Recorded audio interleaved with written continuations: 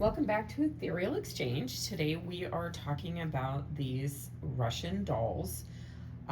They both have some spirits attached to them. We were recently at a local estate sale where AJ found these two young ladies with some spirits attached. Would you mind elaborating on what you found? Yes, so these two spirits are sister wives back in Russia when that wasn't like a thing yet. Can you explain a little bit what sister wives means? Like you're saying they were married to the same man Yeah. essentially, so that's what then they consider themselves sister wives. Yes. Okay. And they died many years ago, but when they had died, they had attached to items that were being traded to America, like through a boat. And then when they came over, they found these dolls together and decided to reattach to them instead. Okay. So the interesting thing is they were talking to you about some Russian folklore. Yes, the vampires. Vampires. Okay. And do you remember what they had mentioned to you about vampires? They just said that they had believed in them and they know that they're real. So it was interesting because I usually, when you speak with the spirits and you give me information, a lot of times I will go and try to fact check them. We weren't able to figure out who these women were, just mainly because they had Russian names and we could not figure out how to spell them.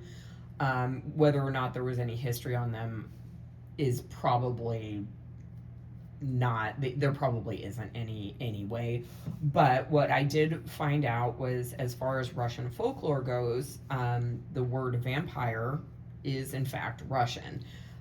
They also pronounce it Uper, but as far as the folklore goes, we assume that having been sister wives, having been from Russia, easily from about the 1800s, if not earlier, they were more than likely farming and raising vegetable gardens, animals, that type of thing.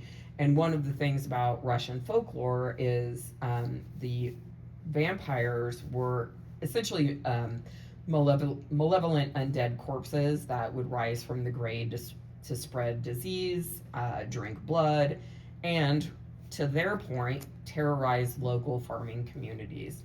So it would make sense that that was part of their history and part of their personal lore, that they were, especially for the time period. And one of the things that I found kind of intriguing about them, because they brought the vampire folklore back to us, was one year not too long ago, AJ was nannying in an area called Sterling Ranch here in Colorado, and a spirit came to her by the name of Todor Glava. And do you remember why he came to you?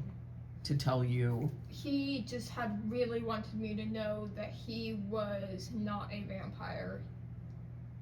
Yep. And so he ended up kind of disclosing some information to you about his death and when he was living here. What he was telling you was he was actually a coal miner in Lafayette, Colorado, and he was from Transylvania.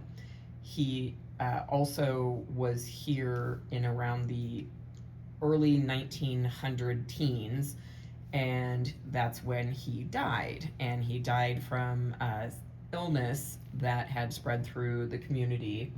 And when he had been buried, this is back in the early 1900s, and medicine was still relatively new, and so the townspeople wanted to blame somebody for the fact that everybody was sick and dying.